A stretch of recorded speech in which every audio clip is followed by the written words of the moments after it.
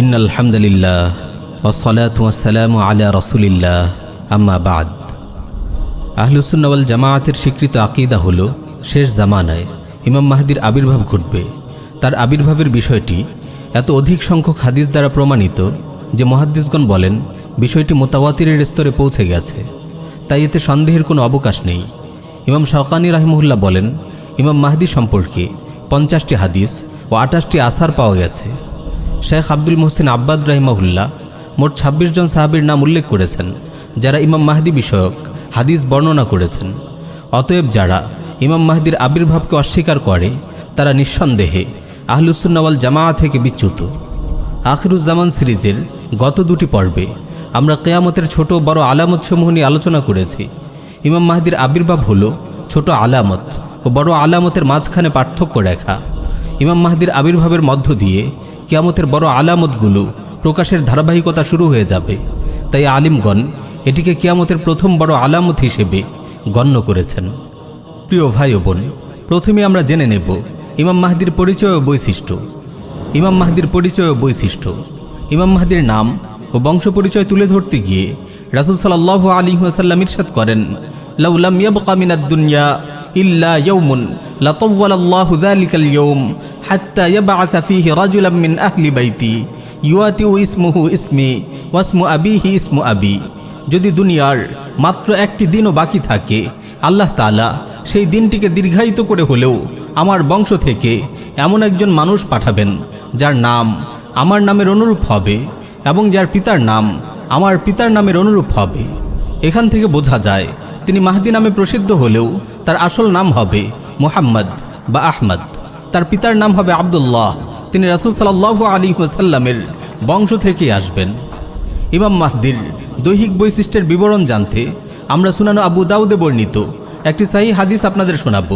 রাসূল সাল্লাল্লাহু আলাইহি ওয়াসাল্লাম ইরশাদ করেন, আল মাহদিয়্যু মিন্নি আজলাল জাবহা আকনাল আনফ ইয়ামলাউল আরদা কিসতান ওয়া আদলা কামা মুলিআত জাওরান ওয়া যুলমা ইয়ামলিকু 7 সিনিন। মাহদি আমার বংশ থেকে আসবে, তার কপাল প্রশস্ত এবং নাক উঁচু হবে। তিনি পৃথিবীকে ন্যায় ও ইনসাফে ভরে তুলবেন যেভাবে সেটি অন্যায় ও জুলুমে ভরে ছিল। তিনি 7 বছর রাজত্ব করবেন। প্রিয় ভাই ও বোন, মুসলিম উম্মার এই দুর্দিনে আমাদের মনে বারবার উকি দেয় ইমাম মাহদির কথা। মনে বারবার প্রশ্ন জাগে, তিনি কে হবেন, কেমন হবেন, কবে তিনি আসবেন। চলুন সহিহ হাদিসের আলোকে বিষয়গুলো একে একে জানা যাক। ইমাম মাহদি তাইফাতুল মানসুরার আমির। সহিহ মুসলিমে এসেছে রাসূল সাল্লাল্লাহু আলাইহি ওয়াসাল্লাম ইরশাদ করেন, লা তাযালু তাইফাতুম মিন উম্মতি ইউকাতিলুনা আলাল হক যাহিরিনা ইলা ইয়াউমিল কিয়ামাহ। قال فينزل عيسى ابن مريم صلى الله عليه وسلم فيقول أميرهم تعال صل لنا فيقول لا إن بعضكم على بعض أمراء تكرمة الله هذه الأمة। আমার উম্মতের একটি দল কিয়ামত পর্যন্ত হকের পক্ষে লড়াই করতে থাকবে এবং তারা বিজয়ী থাকবে। তারপর ঈসা আলাইহিস সালাম অবতরণ করবেন। তখন ওই দলটির আমির তাকে বলবেন, আপনি সালাতের ইমামতি করুন।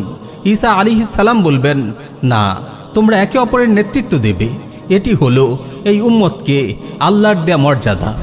এক হাদিসে আছে, আমিরুহুমুল মাহদি, অর্থাৎ তাদের আমির মাহদি ঈসা আলাইহিস সালামকে সালাতের ইমামতি করার অনুরোধ করবেন। ইমাম ইবনুল কাইয়িম রাহিমাহুল্লাহ আল মানারুল মুনিফ গ্রন্থে হাদিসটির সনদ সম্পর্কে বলেছেন, ইসনাদুহু জাইয়িদ, অর্থাৎ হাদিসটির বর্ণনা সূত্র উত্তম। এই হাদিস থেকে বোঝা যায় ইমাম মাহদি মুকাতিলিন ও মুজাহিদিনদের একজন হবেন। তিনি এসে পূর্ব থেকে চলমান জিহাদের নেতৃত্ব গ্রহণ করবেন এবং জিহাদকে বৈশ্বিক পরিমণ্ডলে বিস্তৃত করবেন। সম্মিলিত কুফফার বাহিনীর বিরুদ্ধে লড়াই করবেন এবং অবশেষে গোটা পৃথিবীর প্রতি ইঞ্চি ভূমিতে ইসলামী খিলাফা প্রতিষ্ঠা করবেন। তার নেতৃত্বে আল্লাহর জমিনে কায়েম হবে আল্লাহর নাজিলকৃত শরিয়া। তার মাধ্যমে বাস্তবায়িত হবে রাসূলুল্লাহ সাল্লাল্লাহু আলাইহি ওয়াসাল্লামের এই মোবারক ভবিষ্যৎবাণী, ইন্নাল্লাহা যাওয়ালিল আরদা ফারাআইতু মাশারিকাহা ওয়া মাগারিবাহা ওয়া ইন্না উম্মতি সায়াবলুগু মুলকুহা মা যুয়ালি মিনহা। আল্লাহ তাআলা গোটা পৃথিবীকে সংকুচিত করে আমার সামনে রেখে দিলেন। আমি এর পূর্ব থেকে পশ্চিম প্রান্ত পর্যন্ত দেখেছি। এই পুরো অংশে আমার উম্মতের কর্তৃত্ব প্রতিষ্ঠিত হবে। প্রিয় ভাই ও বোন, কেমন হবে খলিফা মাহদির শাসনকাল? চলুন রাসূলুল্লাহর একটি হাদিস থেকে বিষয়টি জেনে নেওয়া যাক। রাসূল সাল্লাল্লাহু আলাইহি ওয়াসাল্লাম ইরশাদ করেন, উবাশশিরুকুম বিল মাহদি ইউবআসু ফি উম্মতি আলা ইখতিলাফিন মিনান নাস ওয়া জালাজিলা ফায়ামলাউল আরদা কিসতান ওয়া আদলা কামা মুলিআত জাওরান ওয়া যুলমা ওয়া ইয়ারদা আনহু সাকিনুস সামা ওয়া সাকিনুল আরদ ওয়া ইয়ামলাউল্লাহু কুলুবা উম্মতি মুহাম্মাদিন গিনা। আমি তোমাদেরকে মাহদির সুসংবাদ দিচ্ছি। আমার উম্মতের অনৈক্য ও অস্থিরতার সময় তিনি আবির্ভূত হবেন। তিনি জুলুম অত্যাচারে ভরা পৃথিবীকে ন্যায় ও ইনসাফে পূর্ণ করে তুলবেন। আসমানবাসী ও জমিনবাসী সবাই তার প্রতি সন্তুষ্ট থাকবে। তার শাসনকালে আল্লাহ তাআলা উম্মতে মুহাম্মাদির অন্তরকে প্রাচুর্যে পূর্ণ করে দিবেন। সুনান ইবনে মাজায় বর্ণিত একটি সহিহ হাদিস এসেছে, রাসূল সাল্লাল্লাহু আলাইহি ওয়াসাল্লাম ইরশাদ করেন, ইয়াকুনু ফি উম্মতি আল মাহদিয়্যু ইন কুসিরা ফাসাবউন ওয়া ইল্লা ফাতিসউন ফাতানআমু ফীহি উম্মতি নি'মাতান লাম ইয়ানআমু মিসলাহা কাত্তু তুতা উকুলাহা ওয়া লা তাদখিরু মিনহুম শাইআ ওয়াল মালু ইয়াওমা ইযিন কুদুস ফায়াকুমু আর-রাজুল ফায়াকুলু ইয়া মাহদি আ'তিনি ফায়াকুলু খুয। আমার উম্মতের মাঝে ইমাম মাহদি আসবে। তিনি কমপক্ষে 7 বছর, অন্যথায় 8 বা 9 বছর রাজত্ব করবেন। তখন আমার উম্মত এমন সুখ ও সমৃদ্ধিতে দিনাতিপাত করবে যা তারা ইতিপূর্বে কখনো করেনি। জমিন তার সকল শস্য সম্ভার বের করে দেবে, কিছুই আটকে রাখবে না। আর তখন রাশি রাশি সম্পদের স্তূপ দাঁড়িয়ে যাবে। লোকেরা এসে বলবে, হে মাহদি, আমাকে দান করুন। তিনি বলবেন, যত খুশি নাও। কখন আসবেন ইমাম মাহদি? প্রিয় ভাই ও বোন, এই সিরিজের প্রথম পর্বে আপনারা জেনেছেন কিয়ামতের প্রায় সব ছোট আলামতি ইতিমধ্যেই প্রকাশিত হয়ে গেছে। আর আজকের আলোচনার শুরুর দিকেই আমরা বলেছি ইমাম মাহদির আবির্ভাব হলো ছোট আলামত ও বড় আলামতের মাঝে পার্থক্য রেখা। তার আবির্ভাবের মাধ্যমেই কিয়ামতের বড় আলামতগুলো প্রকাশ পাওয়ার ধারাবাহিকতা শুরু হবে। তাই গবেষক আলিমদের মতে ইমাম মাহদির আবির্ভাবের সময় ঘনিয়ে এসেছে। কুফর, শিরক ও জুলুমের সাম্রাজ্য যতই বিস্তৃত ও সর্বগ্রাসী হচ্ছে, ইমাম মাহদির আবির্ভাবের সময় ততই কাছে চলে আসছে। অনেক বিভ্রান্ত লোক ইমাম মাহদি আগমনের দিন তারিখ পর্যন্ত বলে ফেলেন। নির্দিষ্ট করে এরকম কিছু দাবি করা জাহালাতের পরিচয়। কারণ কোরআন সুন্নাহ থেকে ইমাম মাহদি সম্পর্কে যতটুকু জানা যায়, এর মাধ্যমে দিন তারিখ নির্ধারণ করা অসম্ভব। ইমাম মাহদির সঙ্গে কারা হবেন? ইমাম মাহদির বিষয়টি নিয়ে অনেক ভাইদের মাঝে বাড়াবাড়ি ও ছাড়াছাড়ি দেখা যায়। অনেক বিভ্রান্ত ভাই মনে করেন ইমাম মাহদি আসার আগ পর্যন্ত ইআদাদ ও জিহাদের ফরজিয়াত আদায় করার দায়িত্ব তার নেই। অনেক ভাই 4 দেয়ালের ভেতর তাত্ত্বিক দিন চর্চা করে তৃপ্তির ঢেকুর তুলেন আর বলেন ইমাম মাহদি এলে তিনিই সবার আগে ইমাম মাহদির দলে যোগ দেবেন। আবার অনেকেই নববী মানহাজ থেকে সরে পড়ে নানা অনইসলামিক পন্থায় দিন কায়েমের স্বপ্ন দেখেন। সেই সঙ্গে কোমর বেঁধে ইআদাদ ও জিহাদের বিরোধিতা করেন। আবার এই অদ্ভুত দাবিও করেন যে ইমাম মাহদি এলে তিনিই সবার আগে তার দলে যোগ দেবেন। আল্লাহ এসব ভাইদের হেদায়েত দান করুন। প্রিয় ভাই ও বোন, ইমাম মাহদি এসে তার কারামতের মাধ্যমে পুরো পৃথিবীকে চোখের পলকে বদলে ফেলবেন এমন কোনো কথা কোরআন সুন্নায় নেই।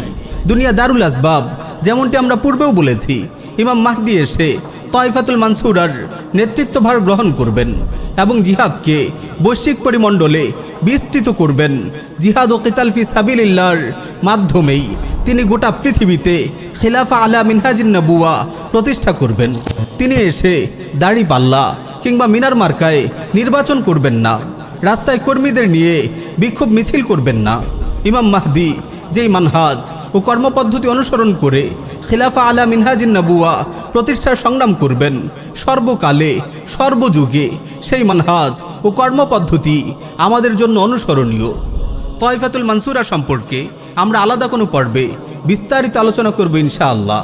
ইমাম মাহদির মানহাজ কুফরি গণতান্ত্রিক মানহাজ নয়। তার পথে চলা অত সহজ নয়, কারণ তার পথ দাওয়া ইআদাদ ও জিহাদের পথ।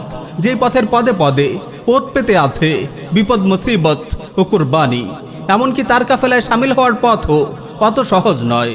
এই হাদিসও হয়তো এদিকে ইঙ্গিত করা হয়েছে, ফাইযা রাআইতুমুহু ফাবাইউহু ওয়ালাউ হাবওয়ান আলা সালজি ফাইন্নাহু খলিফাতুল্লাহিল মাহদি। তোমরা যখন তাকে দেখবে তখন বরফের উপর হামাগুড়ি দিয়ে হলেও তার বায়াত গ্রহণ করো, কারণ তিনি খলিফাতুল্লাহ মাহদি থাকবেন। এই হাদিস থেকে বোঝা যায় এই দলে যোগ দেয়া খুব একটা সহজ হবে না। ইআদাদ ও প্রস্তুতি ছাড়া তার দলে শামিল হওয়া বড়ই কঠিন হবে। প্রিয় ভাই ও বোন, নবুয়তের যুগ থেকেই শুরু হয়েছে ইআদাদ ও জিহাদের কাফেলার পথ চলা। এখনও সেটি চলছে, কিয়ামত পর্যন্ত চলতে থাকবে। শেষ জামানায় ইমাম মাহদি হবেন এই কাফেলার আমির। সুতরাং ইমাম মাহদির আবির্ভাবের আশায় হাত গুটিয়ে বসে থাকার কোনো সুযোগ নেই। আল্লাহ যখন ইচ্ছা করবেন তিনি আসবেন। তবে দাওয়া ইআদাদ ও জিহাদের পথ ধরে মুসলিম উম্মার পথ চলা অব্যাহত থাকবে ইনশাআল্লাহ। আল্লাহ যখন ইচ্ছা করবেন তিনি আসবেন। তবে দাওয়া ইআদাদ ও জিহাদের পথ ধরে মুসলিম উম্মার পথ চলা অব্যাহত থাকবে ইনশাআল্লাহ।